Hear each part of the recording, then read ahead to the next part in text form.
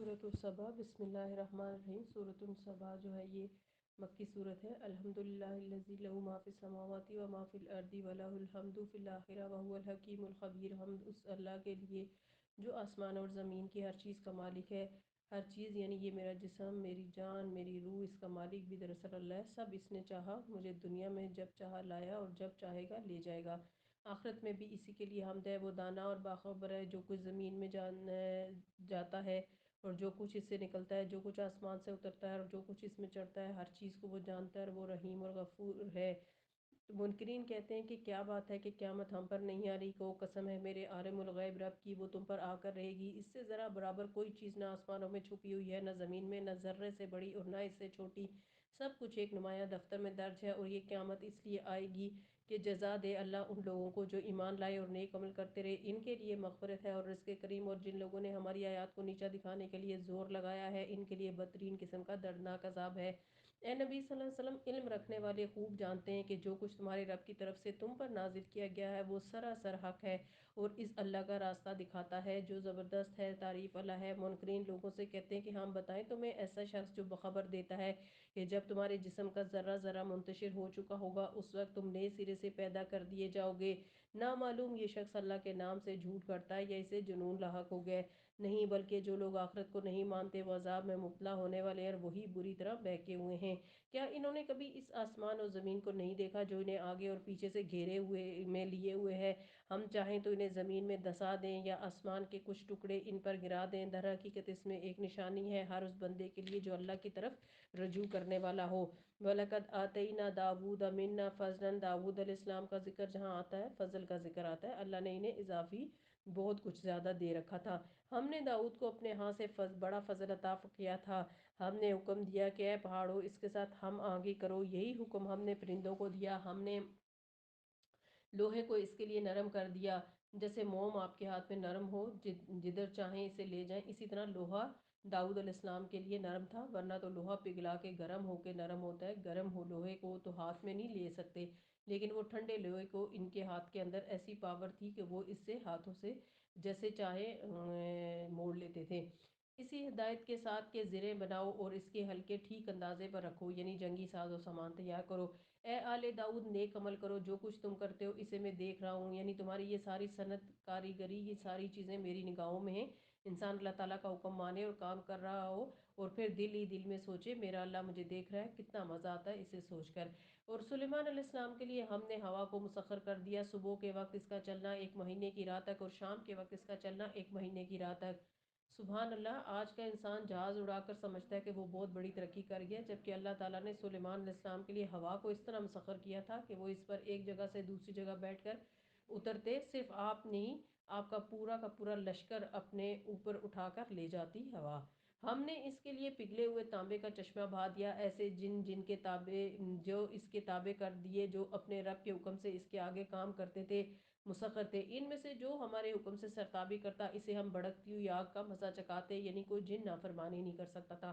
وہ اس کے لیے بناتے تھے جو کچھ وہ چاہتا، اونچی عمارتیں، تصویریں، بڑے بڑے حوض جیسے لگن اور اپنی جگہ سے نہ ہٹنے والی دیگیں۔ دیگیں کس کے لیے ہوتی ہیں؟ مہمان نوازی کے لیے، بڑے بڑے لشکروں کو کھانا کھلانے کے لیے، تو وہ پیتل کی دیگیں بھی بناتے تھے جس میں کھانا پکتا تھا۔ اعملوا آل داؤد شکرا وقلیلا من عبادی الشکور۔ اے آل داؤد عمل کرو شکر کے طریقے پر، میرے بندوں میں کم ہی شکر گزار ہیں۔ اعملوا عمل کرو شکر کا۔ شکر والا عمل کون سا ہوتا ہے؟ نبی صلی اللہ علیہ وسلم کیسے شکر کرتے تھے؟ بخاری کی حدیث ہے، نبی صلی اللہ علیہ وسلم نماز کے لیے کھڑے ہوتے تھے یہاں تک کہ ان کے دونوں پاؤں یا دونوں پنڈلیاں پھول جاتی تھیں۔ اس کے متعلق آپ صلی اللہ علیہ وسلم سے کہا جاتا کہ آپ اتنی تکلیف کیوں کرتے ہیں؟ تو آپ صلی اللہ علیہ وسلم فرماتے کیا میں شکر گزار بندہ نہ بنوں؟ تو ہم بھی اگر شکر گزار بننا چاہتے ہیں تو ہمیں کچھ کرنا ہوگا، اور بہترین چیز کیا ہے؟ نفل نماز۔ پھر جب سلیمان علیہ السلام پر ہم نے موت کا فیصلہ نافذ کیا تو جنوں کو ان کی موت کا پتہ دینے والی کوئی چیز اس گھن کے سوا نہ تھی جو اس کے عصا کو کھا رہا تھا۔ اس طرح جب سلیمان علیہ السلام گر پڑے تو جنوں پر یہ راز کھل گیا کہ اگر وہ غیب کے جاننے والے ہوتے تو اس ذلت کے عذاب میں مبتلا نہ رہتے۔ اس سے یہ پتہ چلتا ہے کہ انسانوں کو چاہے پیغمبر ہی کیوں نہ ہو یا اس کے آس پاس کے ساتھی یا جن ہی کیوں نہ ہو، کسی کو غیب کا علم نہیں۔ جنوں کو نہیں پتہ چلا کہ سلیمان علیہ السلام لاٹھی ٹیک کر کھڑے ہیں، لیکن حقیقت میں وہ فوت ہو چکے ہیں، اور وہ یہ سمجھتے رہے کہ سلیمان کھڑے ہیں، ان پر نگرانی کر رہے ہیں، اور وہ کام کرتے رہے، تعمیرات کرتے رہے۔ جب اللہ تعالیٰ کا حکم ہوا اور دیمک نے ان کی لاٹھی کھا لی، اور وہ لاٹھی جس پر انہوں نے ٹیک لگائی تھی وہ ختم ہو گئی، تو سلیمان علیہ السلام گرے۔ تب جنوں کو پتہ چلا کہ سلیمان علیہ السلام تو بہت عرصے سے فوت ہو چکے تھے، اور ہم ان سے ڈر رہے تھے۔ آپ دیکھیں، اس سے یہ پتہ چلتا ہے کہ جنوں کی عقل کافی حد تک انسانوں کے مقابلے میں کم ہے، کہ اگر کوئی انسان ہوتا تو وہ سوچتا کہ یہ ایک ہی جگہ پر، ایک ہی حلیے میں، ایک ہی سٹائل سے اتنے عرصے سے کھڑے ہیں، ہم دیکھیں تو صحیح کہ یہ ہل کیوں نہیں رہے، لیکن چونکہ ان جنوں کو اتنے زیادہ عقل نہیں ہوتی، تو اس لیے وہ ان سے ڈرتے رہے۔ بعض روایات میں آتا ہے کہ وہ 4 ماہ تک اسی طرح رہے، اور بعض میں اس کے علاوہ اور فگرز بھی آتے ہیں۔ تو بہرحال اس سے یہ پتہ چلتا ہے کہ جنوں کو انسانوں نے زیادہ اہمیت دے رکھی ہے، ورنہ جن کوئی غیب کا علم نہیں رکھتے، ورنہ وہ اپنے آپ کو اتنا عرصہ مصیبت میں مبتلا نہ رکھتے۔ لقد کانا لسبن فی مساکنہم آیا، سبا کے لیے ان کے اپنے مسکن ہی میں نشانی موجود تھی۔ جنتانی، 2 باغ، ان یمینی و شمال، دائیں اور بائیں، کلو من رزق ربکم واشکروا لہ بلدۃ طیبۃ ورز رب غفور، کھاؤ اپنے رب کا دیا ہوا رزق اور شکر بجا لاؤ، اس کا ملک ہے عمدہ اور پاکیزہ، اور رب ہے بخشش فرمانے والا، مگر وہ منہ موڑ گئے۔ ایک طرف داؤد علیہ السلام اور سلیمان علیہ السلام شکر گزار بندے، اور دوسری طرف قوم سبا ناشکری قوم، دونوں کا ذکر اکٹھے اس لیے آیا یہاں۔ آخر ہم نے ان پر بند توڑ سیلاب بھیجا، یعنی جب انہوں نے ناشکری کی تو ان پر عذاب آ گیا۔ بظاہر کیا تھا؟ قدرتی آفت کے بارشیں زیادہ ہو گئیں، اس لیے بند ٹوٹ گئے، لیکن اصل میں وہ ان کی ناشکری تھی، تو ناشکری سے بچنا چاہیے۔ اور ان کے پیچھے 2 باغوں کی جگہ 2 اور باغ نے دیے، جن میں کڑوے کسیلے پھل اور جھاؤ کے درخت تھے، اور کچھ تھوڑی سی بیریاں۔ یہ تھا ان کے کفر کا بدلہ۔ شکر کا متضاد کیا ہے؟ کفر۔ یہ تھا ان کے کفر ناشکری کا بدلہ جو ہم نے انہیں دیا، اور ناشکر انسان کے سوا ایسا بدلہ ہم اور کسی کو نہیں دیتے۔ اور ہم نے ان کے اور ان بستیوں کے درمیان جنہیں ہم نے برکت عطا کی تھی، نمایاں بستیاں بنا دی تھیں، یعنی قوم سبا یمن کے علاقے میں تھی، اور کسی بستی کو برکت دی گئی تھی فلسطین، شام اور علاقے یمن اور شام تک کے۔ ان کے سفر بہت عمدہ تھے، ہر تھوڑے فاصلے پر ایک بستی آ جاتی تھی، اور ان سفر کی مسافتیں ایک اندازے پر رکھ دی گئی تھی، چلو پھرو ان راستوں میں رات دن پورے امن کے ساتھ۔ مگر انہوں نے کہا کہ اے ہمارے رب، ہمارے سفر کی مسافتیں لمبی کر دے، ناشکری کے بول بولے۔ انہوں نے اپنے اوپر آپ ظلم کیا، آخرکار ہم نے انہیں افسانہ بنا کر رکھ دیا، اور انہیں بالکل تتر بتر کر ڈالا۔ جب سیلاب آیا تو وہاں کچھ نہ بچا، قوم پورے ملک میں کچھ بھی نہ بچا، اور قوم جو ہے وہ پورے ملک میں سیلاب پھیل گیا۔ یقیناً اس میں نشانیاں ہیں ہر اس شخص کے لیے جو بڑا صابر و شاکر ہو۔ اگر آپ ہیں تو آپ کے لیے اس میں بہت سے سیکھنے کے سبق ہیں، غور کیجیے اور معلوم کیجیے۔ ان کے معاملے میں ابلیس نے اپنا گمان صحیح پایا، اور انہوں نے اس کی پیروی کی، بجز ایک تھوڑے سے گروہ کے جو مومن تھے۔ ابلیس کو ان پر کوئی اقتدار حاصل نہ تھا، مگر جو کچھ ہوا وہ اس کے لیے ہوا کہ ہم سے یہ دیکھنا چاہتے تھے کہ کون آخرت کا ماننے والا ہے، اور کون اس کی طرف سے شک میں پڑا ہوا ہے۔ تیرا رب ہر چیز پر نگہبان ہے۔ اے نبی، ان مشرکین سے کہیے کہ پکار دیکھو اپنے معبودوں کو جنہیں تم اللہ کے سوا اپنا معبود سمجھے بیٹھے ہو۔ وہ نہ آسمانوں میں کسی ذرہ برابر چیز کے مالک ہیں، نہ زمین میں وہ آسمان و زمین کی ملکیت میں شریک بھی نہیں ہیں۔ ان میں سے کوئی اللہ کا مددگار بھی نہیں، اور اللہ کے حضور شفاعت بھی کسی کے لیے نافع نہیں ہو سکتی بجز اس شخص کے جس کے لیے اللہ نے سفارش کی اجازت دی ہو۔ حتیٰ کہ جب لوگوں کے دلوں سے گھبراہٹ دور ہوگی تو وہ سفارش کرنے والے سے پوچھیں گے تمہارے رب نے کیا جواب دیا؟ وہ کہیں گے ٹھیک جواب ملا، اور وہ بزرگ و برتر ہے۔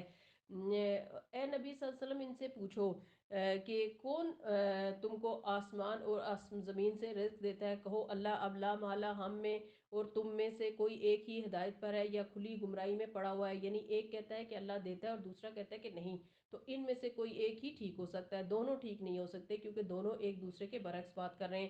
ان سے کو جو قصور ہم نے کیا ہو اس کی کوئی باز پرس تم سے نہ ہوگی، اور جو کچھ تم کر رہے ہو اس کی کوئی جواب طلبی ہم سے نہ ہوگی۔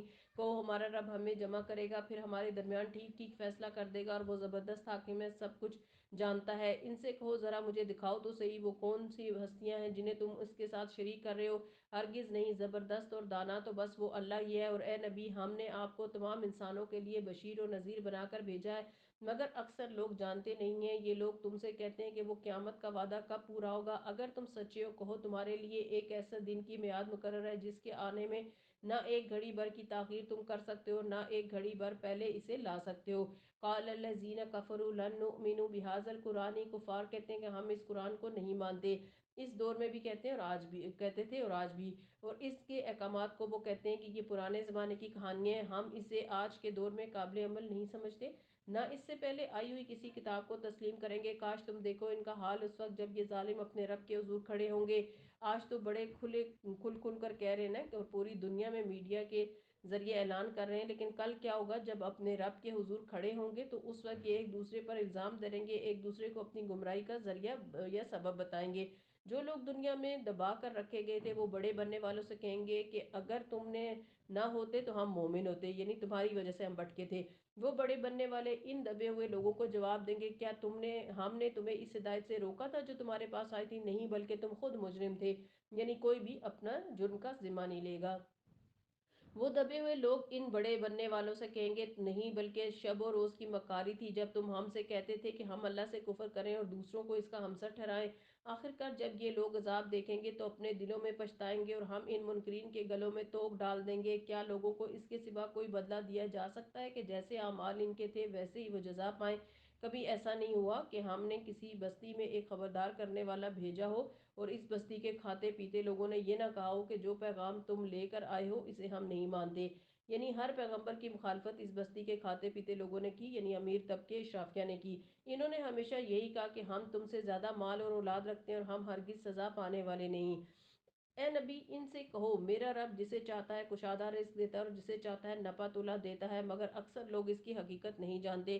وما اموالکم ولا اولادکم باللتی تقربکم عندنا زلفا، یہ تمہارے دوست اور دولت اور تمہاری اولاد نہیں ہے جو تمہیں ہم سے قریب کرتی ہے۔ تو انسان کی دو پسندیدہ چیزیں دولت اور اولاد، اور انسان سمجھتا ہے کہ اگر یہ دو زیادہ ہیں اور دنیا میں اسے بہت عیش و عشرت حاصل ہے تو کل بھی ہو جائے گا۔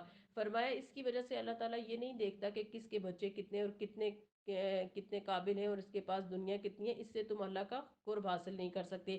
اللہ، ہاں اس وقت کر سکتے ہیں، من آمن وعمل صالحا، جو ایمان لائے اور عمل اچھے کرے، فاولئک لہم جزاء الضعف بما عملوا وهم فی الغرفات آمنون، یہی لوگ ہیں جن کے لیے ان کے عمل کی دوہری جزا ہے اور وہ بلند و بالا عمارتوں میں امن سے رہیں گے، اطمینان سے رہیں گے۔ اس سے کیا پتہ چلتا ہے کہ اللہ سبحانہ وتعالیٰ نہ کسی کو صورت دیکھتا ہے نہ کسی کا مال دیکھتا ہے، وہ بندوں کا دل دیکھتا ہے اور اس میں کیا خیالات ہیں اور ان کے اعمال دیکھتا ہے کہ وہ کیا کرتے ہیں، دوسروں کے ساتھ کیا معاملہ کرتے ہیں، خود اپنی ذاتی زندگی میں کس کس قسم کے کام کر رہے ہوتے ہیں۔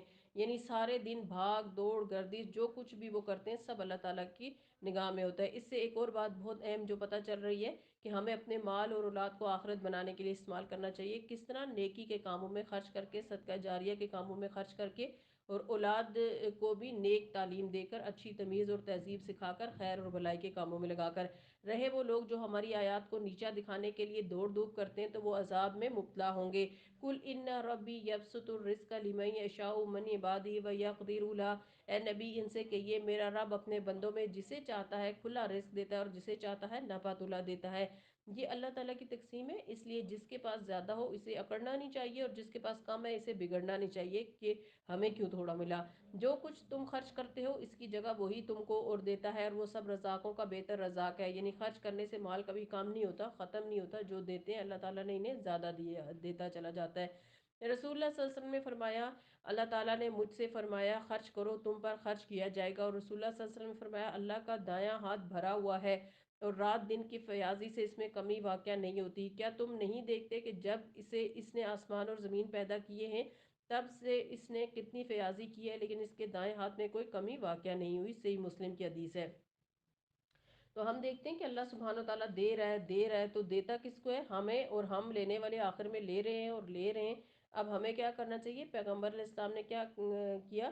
دے رہے تھے، دیتے جا رہے تھے، تو ہم آپ صلی اللہ علیہ وسلم کی امت ہیں تو ہمیں بھی کچھ نہ کچھ ہر روز صدقہ کرنا چاہیے جتنا بھی ہمیں میسر آئے، اور خود اللہ تعالیٰ سے دعا مانگنی چاہیے کہ اللہ تو مجھے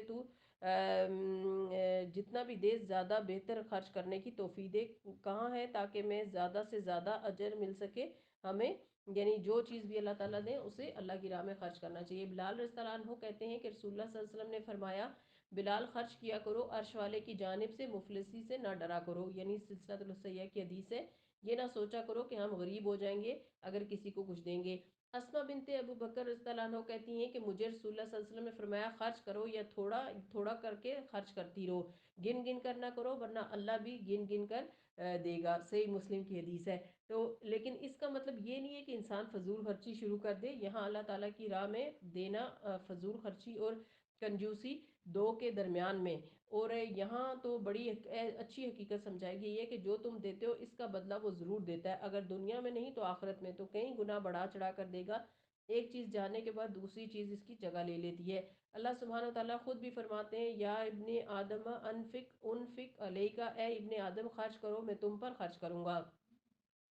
دو فرشتے ہر روز دعا مانگتے ہیں صبح سویرے جب سورج نکلتا ہے، اللہم آتی منفقن خلفن، اللہ خرچ کرنے والے کو اور دے، اور آتی ممسکن تلفن، اور جو روک کے رکھتا ہے اس کا پہلا بھی ضائع کر دے۔ بخاری اور مسلم کی حدیث ہے۔ وَيَوْمَ يَحْشُرُهُمْ جَمِيعًا، اور جس دن وہ تمام انسانوں کو جمع کرے گا پھر فرشتوں سے پوچھے گا کیا یہ لوگ تمہاری ہی عبادت کیا کرتے تھے؟ تو وہ جواب دیں گے کہ پاک ہے آپ کی ذات، ہمارا تعلق تو آپ سے ہے نہ کہ ان لوگوں سے، دراصل یہ ہماری نہیں بلکہ جنوں کی عبادت کرتے تھے، ان میں سے اکثر انہی پر ایمان لائے ہوئے تھے۔ اس وقت ہم کہیں گے آج تم میں سے کوئی نہ کسی کو فائدہ پہنچا سکتا ہے نہ نقصان، اور ظالموں سے ہم کہیں گے کہ اب چکھو اس عذاب جہنم کا مزہ جسے تم جھٹلایا کرتے تھے۔ ان لوگوں کو جب ہماری صاف صاف آیات سنائی جاتی ہیں تو یہ کہتے ہیں کہ یہ شخص تو بس یہ چاہتا ہے کہ تمہیں ان معبودوں سے برگزیدہ کر دے جن کی عبادت تمہارے باپ دادا کرتے آئے ہیں، اور کہتے ہیں کہ یہ قرآن محض ایک جھوٹ ہے گڑا ہوا، نعوذ باللہ، یعنی اتنا بڑا الزام لگاتے۔ ان کافروں کے سامنے جب حق آیا تو انہوں نے کہہ دیا کہ یہ تو سری جادو ہے، نیند کی حالت میں مسحور کر دیا، لوگوں کو برین واش کر دیا، یعنی ایسی باتیں کرتے تھے۔ حالانکہ نہ ہم نے ان لوگوں کو پہلے کوئی کتاب دی تھی کہ یہ اسے پڑھتے ہوں، اور نہ تم سے پہلے ان کی طرف کوئی متنبع کرنے والا بھیجا تھا۔ ان سے پہلے گزرے ہوئے لوگ جھٹلا چکے، جو کچھ ہم نے انہیں دیا تھا ان کے عشر و عشیر کو بھی نہیں پہنچے ہیں، مگر جب انہوں نے میرے رسولوں کو جھٹلا دیا تو دیکھ لو کہ میری سزا کیسی سخت تھی۔ اے نبی صلی اللہ علیہ وسلم ان سے کہیے کہ میں تمہیں بس ایک بات کی نصیحت کرتا ہوں، اللہ کے لیے تم اکیلے اکیلے اور دو دو مل کر اپنا دماغ لڑاؤ اور سوچو تمہارے صاحب میں آخر ایسی کون سی بات ہے جو جنون کی ہے۔ یہ تو ایک سخت عذاب کی آمد سے پہلے تمہیں متنبع کرنے والا ہے۔ ان سے کہو اگر میں نے تم سے کوئی اجر مانگا ہے تو وہ تم ہی کو مبارک رہے، میرا اجر تو اللہ کے ذمہ ہے اور وہ ہر چیز پر گواہ ہے۔ ان سے کہو میرا رب مجھ پر حق کا القاء کرتا ہے اور تو تمام پوشیدہ حقیقتوں کا جاننے والا ہے۔ کہو حق آ گیا اور اب باطل کے لیے کچھ نہیں ہو سکتا۔ کہو اگر میں گمراہ ہو گیا تو میری گمراہی کا وبال مجھ پر ہے، اور اگر میں ہدایت پر ہوں تو اس وحی کی بنا پر ہوں جو میرا رب میرے اوپر نازل کرتا ہے، اور وہ سب کچھ سنتا ہے اور قریب ہی ہے۔ کہ کاش تم دیکھو انہیں اس وقت جب یہ لوگ گھبرائے پھر رہے ہوں گے اور کہیں بچ کر نہ جا سکیں گے بلکہ قریب ہی سے پکڑ لیے جائیں گے۔ اس وقت یہ کہیں گے کہ ہم پر ایمان لے آئے حالانکہ اب ہم اس پر ایمان لے آئے حالانکہ اب دور نکلی ہوئی چیز کہاں ہاتھ آ سکتی ہے، اس سے پہلے یہ کفر کر چکے تھے اور بلا تحقیق دور دور کی کوڑیاں لایا کرتے تھے۔ اس وقت جس چیز کی یہ تمنا کر رہے ہوں گے اس سے محروم کر دیے جائیں گے، جس طرح ان کے پیش رو ہم مشرب محروم کر ہو چکے۔ یہ بڑی گمراہ کن شک میں پڑے ہوئے تھے اس لیے وہ ایمان نہیں لائے۔ سورۃ الفاطر، بسم اللہ الرحمن الرحیم، مکی سورت ہے۔ الحمدللہ فاطر السماوات والارض جاعل الملائکۃ رسلا اولی اجنحۃ مثنی وثلاث ورباع یزید فی خلق ما یشاء ان اللہ علی کل شیء قدیر۔ تعریف اللہ ہی کے لیے ہے جو آسمان اور زمین کا بنانے والا اور فرشتوں کو پیغام رساں مقرر کرنے والا۔ ایسے فرشتے جن کے دو دو اور تین تین اور چار چار بازو ہیں، وہ اپنی مخلوق کی ساخت میں جیسے چاہتا ہے اضافہ کرتا ہے۔ یقیناً اللہ ہر چیز پر قادر ہے۔ اور سب سے زیادہ کس کے ہیں؟ جبرائیل علیہ السلام کے۔ رسول اللہ صلی اللہ علیہ وسلم نے فرمایا میں نے سدرۃ المنتہا کے پاس جبرائیل کو دیکھا، ان کے 600 پر تھے جن سے موتی اور یاقوت جڑے تھے۔ مسند احمد کی روایت ہے۔ سبحان اللہ، اللہ تعالیٰ کی کیسی پیدائش ہے اور کیسی کیسی قدرتیں ہیں، یعنی جیسے پرندے کے پر ہوتے ہیں اس سے کچھ نہ کچھ چھوٹے موٹے بال نکلتے رہتے ہیں، تو جبرائیل علیہ السلام کے پروں سے موتی اور یاقوت، کتنا خوبصورت لباس ہے ان کا، ورنہ تو جبرائیل علیہ السلام کا نام لیتے ہی ایک ہیبت سی آتی تھی کہ سب سے بڑے فرشتے ہیں، یعنی ڈر لگتا تھا، لیکن ان کی یہ کیفیت پڑھ کر ایک بہت محبت سی آتی ہے کہ اللہ سبحانہ تعالیٰ نے انہیں کتنا تقرب بخشا ہے، کتنا اعزاز بخشا ہے۔ یقیناً اللہ ہر چیز پر قادر ہے، جیسا چاہے جس کو بنائے۔ چونٹی کا پیدا کرنے والا بھی اللہ ہے، جبرائیل کا پیدا کرنے والا بھی اللہ ہے، اور جس کو جو سائز چاہا دیا اور کوئی اس میں پر نہیں مار سکتا، اعتراض نہیں کر سکتا۔ اور پھر وہی بات یاد کر لیجئے کہ ہر چیز میں تفاضل ہے، یعنی درجے ہیں، کوئی کم درجے کا ہے، کوئی بڑے درجے کا ہے، ہر ایک کے لیے اپنا درجہ ایک امتحان بھی ہے۔ اور فرشتوں کے پروں میں طاقت بھی بہت ہے، پرندے کی طرح نہیں ہے۔ پرندے سے مراد تشبیہ دینا نہیں، صرف مثال سے بات سمجھانا ہے۔ صحیح بخاری کی حدیث ہے، زمزم کے کنویں کے بارے میں آتا ہے کہ فرشتے نے اپنی ایڑی یا بازو سے پانی میں گڑا کر دیا، جس سے وہاں پانی ابل آیا۔ یعنی وہاں سے اتنا پانی نکلا ہے کہ وہ چشمہ نہیں تھا، کنواں تھا، اور وہ بھی مکہ میں۔ کتنا نیچے تک کھودا گیا صرف ایک ٹک کرنے سے۔ آج ہے ہمارے پاس ایسی کوئی ٹیکنالوجی، ایسی کہ ایک ضرب لگانے سے کنواں کنواں کھودا ہوا باہر آ جائے، اتنے طاقتور ہیں فرشتے۔ اور آپ دیکھیں کہ اس وقت فرشتے نے یعنی ایک ضرب لگائی، اور آج تک یعنی اتنا ماشاءاللہ سے پانی ہے کہ نہ صرف پورے مکہ بلکہ وہاں سے مدینہ بھی، مسجد نبوی میں بھی پوری طرح استعمال ہونے کے لیے روزانہ جو ہے وہ پانی جاتا ہے زمزم کا۔ ما یفتح اللہ للناس من رحمت فلا ممسک لها، اللہ جس سے دروازے کو بھی کھولے کوئی روکنے والا نہیں۔ بہت خوبصورت آیت ہے۔ جب کبھی آپ کے اندر کوئی پریشانی آنے لگے اور آپ سمجھے کہ پتہ نہیں کیا ہوگا، تو سوچئے نہیں، رحمت کے سب کنجیاں اللہ کے ہاتھ میں۔ وما یمسک، اور جو وہ بند کر دے، ولا مرسل لہ من بعدی، تو اللہ کے بعد کوئی دوسرا کھولنے والا نہیں، وہ زبردست اور حکیم ہے۔ اس لیے اپنے ساری حاجتیں، ساری ضرورتیں، سارے دکھ غم پریشانیاں، ان سب کی فریاد اللہ سے کریں، ذاتی غم ہو یا امت کا غم ہو، سب کے لیے۔ کیونکہ اگر اللہ آسانی کر دے، کسی کی مجال نہیں کہ کوئی کسی کو تنگی دے، کسی کا بال بھی بھیگا نہیں کر سکے گا۔ اور اگر وہ نہیں چاہتا تو ساری دنیا بھی مل کر آپ کی مدد کرے تو کوئی آپ کی مدد نہیں کر سکتا، آپ کو مشکل سے نہیں نکال سکتا۔ تو اصل طاقت اللہ تعالیٰ کی ہے، اور اس لیے شرک کی تو کوئی گنجائش ہی نہیں۔ وَهُوَ الْعَزِيزُ الْحَكِيمُ، اور وہ زبردست ہے، حکمت والا۔ یا ایھا الناس اذکروا نعمت اللہ علیکم، لوگوں تم پر اللہ کے جو احسانات ہیں انہیں یاد کرو، نعمتوں کو یاد کیا کرو، احسان فراموش نہ بنو، نمک حرام مت بنو۔ ما بکم بنعمت فمن اللہ، جو بھی نعمت تمہارے پاس ہے وہ اللہ ہی کی طرف سے ہے، اس لیے اللہ کا شکر ادا کرو۔ حل من خالق غیر اللہ، کیا اللہ کے سوا کوئی اور خالق بھی ہے؟ یرزق من السماء، جو تمہیں آسمان سے رزق دیتا ہے، والارض، اور زمین سے، لا الہ الا ہوا، اس کے سوا کوئی الہ نہیں، فانا تؤفکون، کہاں سے تم پھر آئے جاتے ہو، پھر انکار کیوں کر دیتے ہو؟ جب ساری طاقت اللہ ہی کی ہے تو پھر عبادت بھی اللہ ہی کی، حق بھی اسی کا بنتا ہے، پھر عبادت کے لیے تمہارے اور معبود کہاں سے آ جاتے ہیں؟ وَإِن يُكَذِّبُوكَ فَقَدْ كُذِّبْتَ رُسُلٌ مِّن قَبْلِكَ، اے نبی یہ لوگ آپ کو جھٹلاتے ہیں تو یہ کوئی نئی بات نہیں، تم سے پہلے بھی بہت سے رسول جھٹلائے جا چکے، اور سارے معاملات آخر کار اللہ ہی کی طرف رجوع ہونے والے ہیں۔ یا ایھا الناس ان وعد اللہ حق فلا تغرنکم الحیات الدنیا ولا یغرنکم باللہ الغرور، لوگو اللہ کا وعدہ یقیناً برحق ہے، قیامت آنے والی ہے، آخرت آ کر رہے گی، لہٰذا دنیا کی زندگی تمہیں دھوکے میں نہ ڈالے، کہیں دنیا کے فائدے کی خاطر اپنی آخرت برباد نہ کر لینا، اور نہ وہ بڑے دھوکے باز تمہیں اللہ کے بارے میں دھوکہ دینے پائے۔ در حقیقت شیطان تمہارا دشمن ہے، اس لیے تم بھی اسے اپنا دشمن ہی سمجھو، تم اسے اپنا دشمن سمجھو۔ لیکن ہم کتنا سمجھتے ہیں دشمن اسے؟ حقیقت یہ کہ شیطان خود بھی اور اس کے لاؤ لشکر سب پیچھے پڑے رہتے ہیں اہل ایمان کے، اور انہیں حق راستے سے ہٹانا چاہتے ہیں۔ آپ سب جانتے ہیں کہ رسول اللہ صلی اللہ علیہ وسلم نے فرمایا، ابلیس اپنا تخت پانی پر رکھتا ہے، پھر وہ اپنے لشکروں کو بھیجتا ہے، پس اس کے نزدیک مرتبے کے اعتبار سے وہی مقرب ہوتا ہے جو فتنہ ڈالنے میں ان سب سے بڑا ہو۔ ان میں سے ایک آتا ہے اور کہتا ہے کہ میں نے اس طرح کیا، تو شیطان کہتا ہے کہ تو نے کوئی بڑا کام سر انجام نہیں دیا۔ پھر ان میں سے ایک اور آتا ہے اور کہتا ہے کہ میں نے فلاں آدمی اور اس کو اس وقت تک نہیں چھوڑا جب تک اس کے اور اس کی بیوی کے درمیان جدائی نہ ڈلوا دی۔ شیطان اسے اپنے قریب کر کے کہتا ہے ہاں تو بہت اچھا ہے، پھر وہ اسے اپنے سے چمٹا لیتا ہے۔ صحیح مسلم کی حدیث ہے۔ تو نے سب سے اچھا کام کیا، تو ہوشیار اور محتاط رہیے، خصوصاً اپنے گھریلو تعلقات، شوہر بیوی کے تعلقات کے بارے میں، کہ کسی قیمت پر ان میں رخنا نہ آنے دیں، اسے بگڑنے نہ دیں، کیونکہ پھر شیطان اور بہت سے فسادات کے ذریعے پیدا کر دیتا ہے۔ جب انسان کے گھر کے اندر سکون نہیں ہوتا تو باہر بھی وہ سکون سے کام نہیں کر سکتا۔ اور شیطان بیوی کی لڑائی عام طور پر کوئی بڑی بات سے نہیں ہوتی، شیطان چھوٹی چھوٹی باتیں ذہن میں ڈالتا ہے، بہت چھوٹی چھوٹی، اور اس وقت انسان فوراً خیر سوچے کہ اس شخص سے اتنی خیر بھی تو مجھے ملتی رہی ہے، چھوٹی سی بات ہی ہے، بس خاموشی اختیار کر لیں، اور آپ دیکھیں گے کہ جو ہی خاموشی اختیار کریں گے وہ درگزر ہو جائے گا، اور بعد میں معاملہ بالکل ٹھیک ٹھاک ہو جائے گا۔ لیکن اگر آپ چیخ چلا کر اور مسلسل چیخنے چلاتے رہیں تو پھر نتیجہ کیا ہوگا؟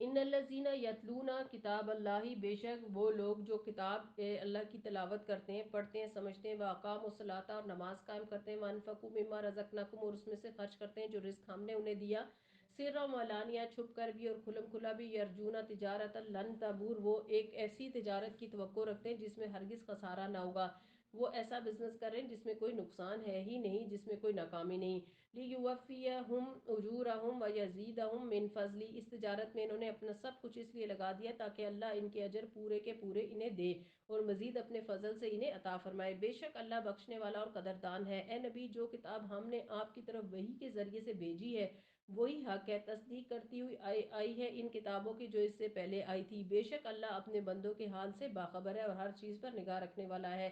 پھر ہم نے اس کتاب کا وارث بنا دیا ان لوگوں کو جنہیں ہم نے وراثت کے لیے اپنے بندوں میں سے چن لیا، یعنی امت محمد صلی اللہ علیہ وسلم کو، فَمِنْهُمْ ظَالِمٌ لِنَفْسِهِ، ان میں سے کوئی تو اپنے نفس پر ظلم کرنے والا ہے جو امتی ہونے کا حق ادا نہیں کر رہا اور اسے دین کی سمجھ نہیں، اس کا عمل اس کے مطابق نہیں ہے جو محمد صلی اللہ علیہ وسلم لے کے آئے، وَمِنْهُمْ مُقْتَصِدٌ اور کوئی بیچ کی راہ میں ہے یعنی آہستہ درمیانی رفتار سے چل رہا ہے، وَمِنْهُمْ سَابِقٌ بِالْخَيْرَاتِ بِإِذْنِ اللَّهِ اور کوئی اللہ کے اذن سے نیکیوں میں سبقت کرنے والا ہے، تو سابق کہتے ہیں دوڑنے والے کو، جو نیکیوں میں دوڑنے والا ہو، جو چلتا نہیں دوڑتا ہو، اتنے اچھے کام کرتا ہو، ذالک هو الفضل الکبیر، یہی بہت بڑا فضل ہے، ہمیشہ رہنے والی جنتیں جن میں یہ لوگ داخل ہوں گے، یعنی جو لوگ دنیا میں دوڑ دوڑ کر اللہ تعالیٰ کے راستے پر چلتے رہے وہ دوڑتے ہوئے جنت میں داخل ہو جائیں گے، وہ سابقین المقربین الاولین میں سے ہوں گے، وہاں جانے کے بعد وہاں انہیں سونے کے کنگنوں اور موتیوں سے آراستہ کیا جائے گا، انہیں سجایا جائے گا جیسے دلہن کو سجایا جاتا ہے،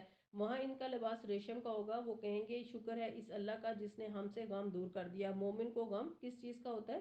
آپ کو اکثر کس چیز کا غم رہتا ہے؟ اپنے غم پہچانیے، مومن کا غم کیا ہوتا ہے؟ میرا کیا بنے گا کل، یعنی قیامت کے دن میرا کیا بنے گا، کیا ہوگا، تو انسان اس وقت تک چین سے سکون سے آرام سے بیٹھ نہیں سکتا جب تک آخرت میں کامیاب نہ ہو جائے، اس وقت وہ جنت میں پہنچ کر کہیں گے اللہ کا شکر ہے جس نے ہم سے غم دور کر دیا، یقیناً ہمارا رب معاف کرنے والا اور قدر فرمانے والا ہے، الذی احلنا دار المقام من فضلی، جس نے ہمیں اپنے فضل سے اپنی مقام کی جگہ ٹھہرا دیا، اب یہاں نہ کوئی ہمیں مشقت پیش آتی ہے اور نہ کوئی تھکان لاحق ہوتی ہے، یعنی ادھر نہ کام نہ مشقت نہ مشکل ہے نہ تھکاوٹ، آرام ہی آرام ہے، اور جن لوگوں نے کفر کیا ان کے لیے جہنم کی آگ ہے، نہ ان کا قصہ پاک کر دیا جائے گا کہ وہ مر جائیں، نہ ان کے لیے جہنم کے عذاب میں کوئی کمی کی جائے گی، اس طرح ہم بدلہ دیتے ہیں ہر اس شخص کو جو کفر کرنے والا ہو، وہ وہاں چیخ چیخ کر کہیں گے اے ہمارے رب ہمیں یہاں سے نکال تاکہ ہم نیک عمل کریں اور ان اعمال سے مختلف جو پہلے کرتے آئے، یعنی جو دنیا میں پہلے غلط کام کیا اب ہم بالکل نہیں کریں گے، اب ہمیں ہوش آ گیا ایک دفعہ واپس بھیج دو، لیکن انہیں واپس نہیں بھیجا جائے گا، انسان چیخے گا اور ان کی چیخیں تھوڑی دیر بھی اگر انسان روئے تو اس کے بعد کتنا تھک جاتا ہے، تو جہنم میں پہلے ہی آگ سے جلنے کی رکاوٹ ہوگی اور اوپر سے چیخنا بھی، رسول اللہ صلی اللہ علیہ وسلم نے فرمایا، سلسلہ السیاح کی روایت ہے، میرے پاس دو آدمی آئے، انہوں نے مجھے بازوں سے پکڑا اور مجھے دشوار گزار پہاڑ کے پاس لے گئے، انہوں نے مجھے کہا اس پر چڑھو، میں نے کہا مجھ میں تو اتنی طاقت نہیں کہ اس پر چڑھ سکوں، انہوں نے کہا ہم تیرے لیے آسان کر دیں گے، سو میں نے چڑھنا شروع کر دیا، جب میں پہاڑ کی چوٹی پر پہنچا تو شدید قسم کی آوازیں سنائی دیں،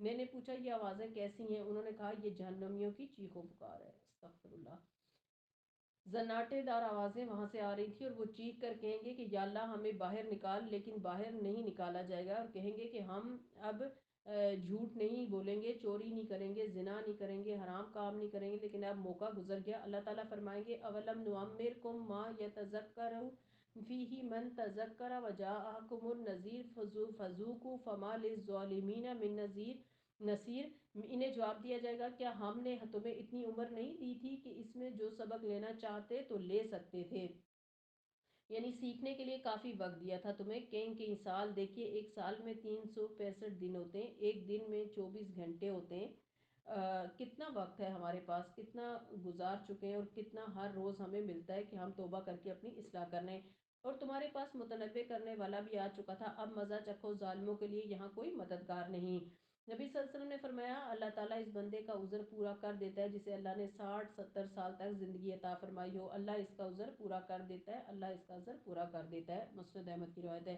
تو اس کا عذر پورا کر دیتے ہیں، یعنی اس کے پاس پھر کوئی بہانہ نہیں رہتا کہ یا اللہ مجھے ٹائم ہی نہیں ملا کہ میں توبہ کرتا، ان اللہ عالم غیب السماوات والارض انہ علیم بذات صدور، بے شک اللہ تعالیٰ آسمانوں اور زمین کی ہر پوشیدہ چیز سے واقف ہے، وہ تو سینوں کے چھپے ہوئے راز تک جانتا ہے، وہی تو ہے جس نے تم کو زمین میں خلیفہ بنایا۔ اب جو کوئی کفر کرتا ہے اس کے کفر کا وبال اسی پر ہے، اور جو کافروں کو ان کے کفر اس کے سوا کوئی کافروں کو ان کا کفر اس کے سوا کوئی ترقی نہیں دیتا کہ ان کے رب کا غضب ان پر اور زیادہ سے زیادہ بھڑکتا چلا جاتا ہے۔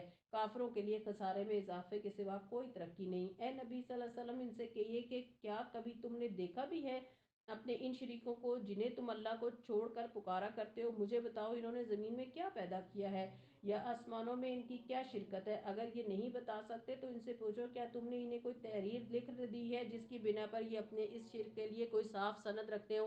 نہیں، بلکہ یہ ظالم ایک دوسرے کو محض فریب کے جھانسے دیے جا رہے ہیں۔ حقیقت یہ کہ اللہ ہی ہے جو آسمانوں اور زمین کو ٹل جانے سے روکے ہوئے ہے، اور اگر وہ ٹل جائیں تو اللہ کے بعد کوئی دوسرا نہیں جو انہیں تھام لے۔ بے شک اللہ بڑا علیم اور درگزر فرمانے والا ہے۔ یہ لوگ کڑی کڑی قسمیں کھا کر کہتے تھے کہ اگر کوئی خبردار کرنے والا ان کے ہاں آ گیا تو یہ دنیا کی ہر دوسری قوم سے بڑھ کر راست رو ہوتے، مگر جب خبردار کرنے والا ان کے پاس آ گیا تو ان کی آمد نے ان کے اندر حق سے فرار کے سوا کسی چیز میں اضافہ نہ کیا۔ یہ زمین میں اور زیادہ تکبر کرنے لگے اور بری بری چالیں چلنے لگے، حالانکہ بری چالیں اپنے چلنے والوں کو ہی لے بیٹھتی ہیں۔ اب کیا یہ لوگ اس کا انتظار کر رہے ہیں کہ پچھلی قوموں کے ساتھ اللہ کا جو طریقہ رہا ہے وہی ان کے ساتھ بھی یعنی اہل مکہ کے ساتھ برتا جائے؟ یہی بات ہے تو اللہ ایک کے طریقے میں ہرگز کوئی تبدیلی نہ پاؤ گے، اور تم کبھی نہ دیکھو گے کہ اللہ کی سنت کو اس کے مقرر راستے سے کوئی طاقت پھیر سکتی ہے۔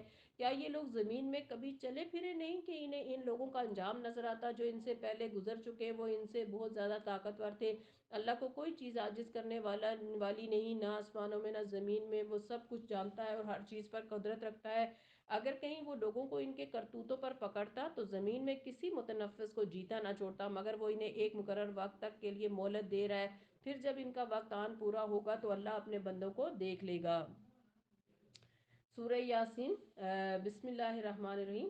یاسین والقرآن الحکیم انک لمن المرسلین علی صراط مستقیم تنزیل العزیز الرحیم۔ یاسین، قسم ہے قرآن حکیم کی کہ تم یقیناً رسولوں میں سے ہو، یعنی قرآن گواہ ہے حکمت سے بھرپور قرآن کہ تم اللہ تعالیٰ کی طرف سے بھیجے گئے ہو، جو کلام تم انہیں پیش کر رہے ہو وہ کسی انسان کا بنایا ہوا نہیں، سیدھے راستے پر ہے، اور یہ قرآن غالب اور رحیم ہستی کا نازل کرتا ہے تاکہ تم خبردار کرو ایک ایسی قوم کو جن کے باپ دادا خبردار نہ کیے گئے تھے اور اس وجہ سے وہ غفلت میں پڑے ہوئے ہیں۔ ان میں سے اکثر لوگ فیصلہ عذاب کے مستحق ہو چکے، اس لیے وہ ایمان نہیں لاتے۔ یعنی قرآن کس لیے آیا ہے؟ تاکہ غفلت میں سوئے ہوئے لوگوں کو جگایا جائے، اور بہت سے لوگ ایمان نہیں لاتے کیونکہ ان کی قسمت میں ہی نہیں۔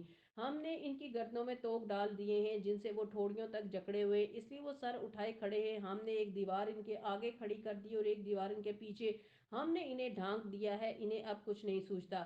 یعنی نہ ماضی سے سبق لیتے ہیں نہ مستقبل سے، اور اکڑ اور تکبر ایسا ہے جیسے گلے میں توق ڈلا ہوا ہو کہ کچھ بھی سننے سمجھنے ماننے کو تیار نہیں، اس لیے ایسے لوگ آپ کی بات نہیں مانیں گے، ان سے خیر کی کوئی امید نہیں۔ ان کے لیے یکساں ہے کہ تم انہیں خبردار کرو یا نہ کرو، یہ نہ مانیں گے۔ تم تو اسی شخص کو خبردار کر سکتے ہو جو نصیحت کی پیروی کرے۔ وَخَشِيَ الرَّحْمَنَ بِالْغَیبِ، جو بن دیکھے اللہ رب العالمین سے ڈرے۔ یعنی رحمان تو رحم فرمانے والا ہے، لیکن پھر بھی وہ اس سے ڈرتے ہیں، تو اس سے کیا پتہ چلتا ہے کہ اللہ سبحانہ تعالیٰ کی رحمت کا جب ہمیں پتہ چلے تو نہ ڈر نہیں ہونا چاہیے، اسے مغفرت اور اجر کریم کی بشارت دے دو۔ اِنَّا نَحْنُ نُحْيِي الْمَوْتَىٰ وَنَكْتُبُ مَا قَدَّمُوا وَآثَارَهُمْ، ہم یقیناً ایک روز مردوں کو زندہ کرنے والے ہیں، جو کچھ افعال انہوں نے کیے ہیں وہ سب ہم لکھتے جا رہے ہیں۔ تو ہمارے سارے اعمال براہ راست اللہ تعالیٰ کی نظر میں ہیں، انہیں کے علاوہ فرشتے بھی لکھ رہے ہیں، اور جو آثار انہوں نے پیچھے چھوڑے ہیں وہ بھی ہم ثبت کر رہے ہیں، ہر چیز کو ہم نے ایک کھلی کتاب میں درج کر رکھا ہے۔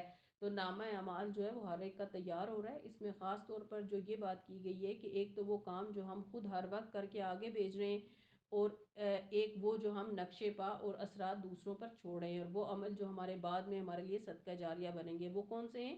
مسلم کی روایت ہے، نبی صلی اللہ علیہ وسلم نے فرمایا انسان جب فوت ہو جاتا ہے تو اس کا نامہ اعمال بند کر دیا جاتا ہے سوائے تین چیزوں کے: ولد صالح یدعو لہ، نیک بچہ جو ماں باپ کے لیے دعائیں کرے، او علم ینتفع بہ، ایسا علم جس سے فائدہ اٹھایا جائے، اور وہ مال جو صدقہ جاریہ بنے۔ تو حدیث سے یہ پتہ چلتا ہے کہ انسان کے پاؤں کے نشان بھی لکھے جاتے ہیں، انسان کدھر کدھر جاتا ہے اور وہ بھی لکھے جا رہے ہوتے ہیں۔ ابو سعید خدری سے روایت ہے کہ بنو سلمہ کے لوگ مدینہ کے ایک کونے میں مسجد سے دور رہتے تھے. انہوں نے مسجد کے قریب منتقل ہونے کا ارادہ کیا تو یہ آیت نازل ہوئی، نحن نحیی الموتى ونکتب ما قدموا وآثارهم. تو رسول اللہ صلی اللہ علیہ وسلم نے فرمایا بے شک تمہارے نشانات سے قدم لکھے جا رہے ہیں. سلسلۃ الصحیحہ کی حدیث ہے. تمہارے نام اعمال میں یہ بھی جمع کیے جائیں گے کہ یہ شخص اتنے فٹ اتنے میل اللہ کے راستے میں چلا اور اتنی دور کا راستہ اس نے طے کیا. تو جتنی دور سے علم سیکھنے سکھانے اور اچھے اچھے کام کرنے کے لیے آتا جاتا ہے وہ سب بھی ضبط ہو رہے ہیں، لکھا جا رہا ہے. ہر قدم پر 10 نیکیاں ہیں. رسول اللہ صلی اللہ علیہ وسلم نے فرمایا جو شخص جماعت کے لیے مسجد کی طرف جاتا ہے اس کے ایک قدم پر ایک گناہ معاف ہوتا ہے اور ایک قدم پر ایک نیکی لکھی جاتی ہے. آتے اور جاتے دونوں وقت یہی حکم ہے. مسند احمد کی روایت ہے. تو اس لیے ہمیں کہیں پر بھی چلتے ہوئے جاتے ہوئے سوچنا چاہیے کہ کس چیز کے لیے قدم اٹھا رہی ہوں. نیکی کے کام میں جا رہی ہوں یا شر کے کام میں، خیر کے لیے، بھلائی کے لیے یا کسی گناہ کے کام میں. اس موقع پر یہ بھی یاد دہانی کراتی چلوں کہ بعض اوقات کالجز میں اسکولز میں لڑکیاں کیا کرتی ہیں، گھر سے نکل جاتی ہیں، ماں باپ کو بتاتے ہیں کہ ہم کالج جا رہے ہیں اور راستے میں اتر کے کہیں اور سیر و تفریح کے لیے چلی جاتی ہیں. تو یہ چیز بھی اللہ سبحانہ تعالیٰ کے علم میں ہوتی ہے اور وہ لکھی جا رہی ہوتی ہے. اگر کوئی انسان نہ بھی پکڑے تو اللہ تعالیٰ پوچھنے کے لیے کافی ہے. وَاضْرِبْ لَهُم مَثَلًا أَصْحَابَ الْقَرْيَةِ إِذْ جَاءَهَا الْمُرْسَلُونَ. انہیں مثال کے طور پر اس بستی والوں کا قصہ سنائیے جبکہ اس میں رسول آئے تھے. ہم نے ان کی طرف 2 رسول بھیجے اور انہوں نے دونوں کو جھٹلا دیا، بات ہی نہیں مانی. پھر ہم نے تیسرا مدد کے لیے بھیجا اور ان سب نے کہا کہ ہم تمہاری طرف رسول کی حیثیت سے بھیجے گئے ہیں. بستی والوں نے کہا تم کچھ نہیں ہو مگر ہم جیسے چند انسان اور رحمان نے ہرگز کچھ نازل نہیں کیا، تم محض جھوٹ بولتے ہو. یعنی انہوں نے رسولوں کو جھٹلا دیا. رسولوں نے کہا ہمارا رب جانتا ہے کہ ہم ضرور تمہاری طرف رسول بنا کر بھیجے گئے ہیں اور ہم پر صاف صاف پیغام پہنچا دینے کے سوا کوئی ذمہ داری نہیں. بستی والے کہنے لگے ہم تو تمہیں اپنے لیے منحوس سمجھتے ہیں، اگر تم باز نہ آئی تو ہم تمہیں سنسار کر دیں گے اور ہم سے تم بڑی دردناک سزا پاؤ گے. رسولوں نے جواب دیا تمہاری فعل بد تو تمہارے اپنے ساتھ لگی ہوئی ہے، کیا یہ باتیں تم اس لیے کرتے ہو کہ تمہیں نصیحت کی گئی ہے؟ اصل بات یہ ہے کہ تم حد سے گزرے ہوئے لوگ ہو.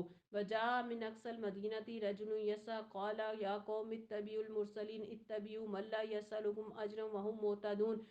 اتنے میں شہر کے دور دراز گوشے سے ایک شخص دوڑتا ہوا آیا اور بولا اے میری قوم کے لوگوں، رسولوں کی پیروی اختیار کرو، پیروی کرو ان لوگوں کی جو تم سے کوئی اجر نہیں چاہتے اور ٹھیک راستے پر ہیں. یعنی جہاں ایک طرف جٹلانے والے تھے وہاں دوسری طرف دور سے سن کر ایک ماننے والا بھی آ گیا اور اللہ تعالیٰ نے اس کا آنا قبول کر لیا اور اسے جنت میں بھیج دیا اور ان کے اوپر تباہی آ گئی. ابھی سورہ یاسین ہماری چل رہی ہے اور یہ واقعہ بھی چل رہا ہے. انشاءاللہ ہم اس رجل المومن کے بارے میں پڑھیں گے جو رسولوں کی مدد کے لیے آیا تھا کہ اس کا انجام کیا ہوا. اور اللہ تعالیٰ ہم سب کو قرآن پاک سے بہترین طریقے سے سیکھنے والا، سمجھنے والا اور عمل کرنے والا بنائے اور اللہ تعالیٰ ہمیں ایمان کی روشنی سے مالا مال فرمائے. اللہم زینا بزینت الایمان، اللہم ثبت بکلمہ لا الہ الا اللہ عند الموت، اللہم انا نسألک الحسن الخاتمہ. آمین. وآخر دعوانا ان الحمد للہ رب العالمین. سبحانک اللہم وبحمدک اشہد ان لا الہ الا انت استغفرک واتوب الیک. السلام علیکم ورحمۃ اللہ وبرکاتہ.